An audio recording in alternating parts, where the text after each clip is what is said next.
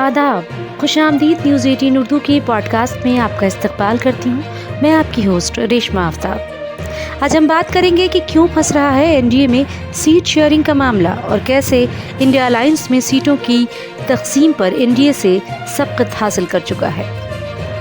2024 के इंतखाब की तारीखों का भले ही बाज़ाब्ता ऐलान अभी नहीं हुआ है, लेकिन सियासी पार्टियों की तैयारी देखकर सबको पता है कि इंतखाब सिर पर है और जल्द ही तारीखों का ऐलान भी हो जाएगा। एनडीए हिज़्ब इख्तिलाफ पर निशाना लगाते लगाते अब खुद ही सीट शेयरिंग के मामले पर फंसता हुआ नजर आ रहा, क्योंकि अगर इंडिया इत्तेहाद की बात करें तो अब तक 9 रियासतों में इंडिया अलायंस ने अपनी हलीफ जमातों के साथ सीट शेयरिंग का मामला हल कर लिया है और एनडीए ने अभी तक एक रियासत में भी सीटों की तकसीम का मामला हल नहीं किया है। अब तक न तो यूपी, बिहार, ना ही महाराष्ट्र, हरियाणा, आंध्र प्रदेश, तमिलनाडु में सीटों की तकसीम का मामला हल हो सका है, क्योंकि बिहार में चिराग पासवान और पशुपति कुमार पारस की जमुई और हाजीपुर सीट पर पेच फंसा है। यहाँ एनडीए 17-17-6 के फार्मूले पर चलना चाहती है। उसके बाद भी जीतन राम मांझी को कितनी सीटें मिलेंगी या कुशवाहा की पार्टी को क्या मिलेगा, इस पर अभी कुछ भी वाज़ेह नहीं है।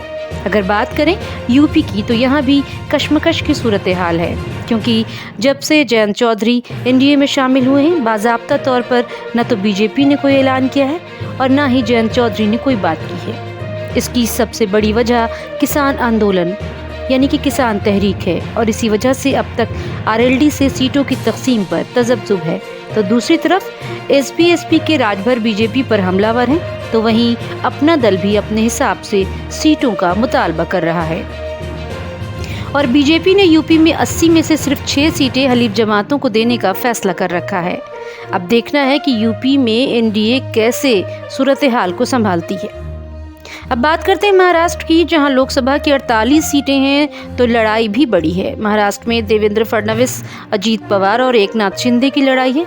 यहां बीजेपी की 30 सीटों की डिमांड है और जराये के मुताबिक यहां बीजेपी को 28 सीटें मिल सकती हैं।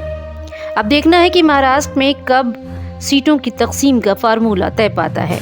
बात करें हरियाणा की तो यहाँ असम्बली इंतखाब में तो जेजेपी के साथ बीजेपी का इत्तेहाद था, लेकिन जराये के मुताबिक हरियाणा की 10 सीटों पर बीजेपी अकेले ही इंतखाब लड़ेगी। बात करते हैं जुनूब यानी कि कर्नाटक, जहां कांग्रेस की हुकूमत है, बीजेपी का जेडीएस के साथ इत्तेहाद है और यहाँ भी जराये की माने तो 28 सीटों में से 24 पर बीजेपी और 4 जेडीएस को मिल सकती है, लेकिन अभी तक बाज़ाब्ता ऐलान नहीं हुआ है। आंध्र प्रदेश की बात करें तो बीजेपी का अभी तक सिर्फ तमिल मनीला कांग्रेस से ही इत्तेहाद हो पाया है, जबकि एआईएडीएमके ने बीजेपी से अपना नाता तोड़ लिया है। वहीं बीजेपी अभी दूसरी पार्टियों जैसे टीडीपी और वाईएसआरसीपी के साथ मजीद इत्तेहाद करेगी कि नहीं, इस पर भी कोई तस्वीर वाज़ेह नहीं है। अगर हम 2019 के लोकसभा इंतखाब के नतीजों की बात करें तो बीजेपी और कांग्रेस को आंध्र प्रदेश में अपना खाता भी नहीं खोल पाए थे और वाईएसआरसीपी को 25 सीटों में से 22 सीटें मिली थी, जबकि टीडीपी को 3 सीटें हासिल हुई थी, क्योंकि बीजेपी अपनी ज़मीन जुनूब में मजबूत करना चाहती है। इसीलिए अगर बीजेपी वाईएसआरसीपी के साथ इत्तेहाद करती है तो ये उसका मास्टर स्ट्रोक माना जाएगा और बीजेपी या एनडीए जुनूब में मजबूत हो सकती है। वहीं तमिलनाडु में बीजेपी से तकरीबन तमाम पार्टियों ने नाता तोड़ लिया है और बीजेपी या एनडीए के लिए तमिलनाडु में राह और मुश्किल हो गई है।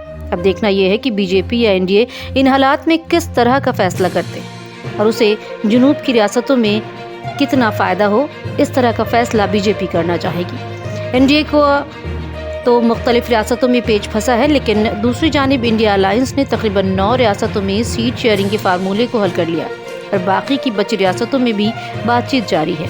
जल्द ही फैसला होने की उम्मीद लीडरान की तरफ से जाहिर की जा रही है। यूपी में अखिलेश राहुल यानी कि समाजवादी पार्टी और कांग्रेस के दरमियान सीटों पर इत्तेफाक हो गया। यूपी में एसपी 62, कांग्रेस 17 और चंद्रशेखर आजाद की पार्टी को 1 सीट मिली है। तो दूसरी तरफ दिल्ली में आम आदमी पार्टी और कांग्रेस एक हो गए हैं और 3 पर कांग्रेस और 4 पर आप। इसके अलावा हरियाणा, गोवा, चंडीगढ़, गुजरात में भी सीटों की तकसीम तय हो चुकी है। वहीं महाराष्ट्र में भी सीटों पर तकरीबन इत्तेफाक हो चुका है और महाविकास आघाड़ी में एसएसयूबीटी 20, कांग्रेस 18 और एनसीपी 10 सीटों पर इंतखाब लड़ेगी, ऐसा माना जा रहा है। जम्मू कश्मीर, तमिलनाडु में भी सीटों पर इत्तेफाक हो चुका है। तमिलनाडु की बात करें तो डीएमके, सीपीआई, सीपीएम मिलकर इंतखाब लड़ेंगे। CPI और CPIM को 2-2 सीट, AUML 1 KDMK को 1-1 सीट की पेशकश हुई है। बात करें तो जम्मू कश्मीर की, तो यहाँ पर कांग्रेस ने 3-2-1 के फॉर्मूले पर काम करते हुए सीटों पर इत्तेफाक किया है।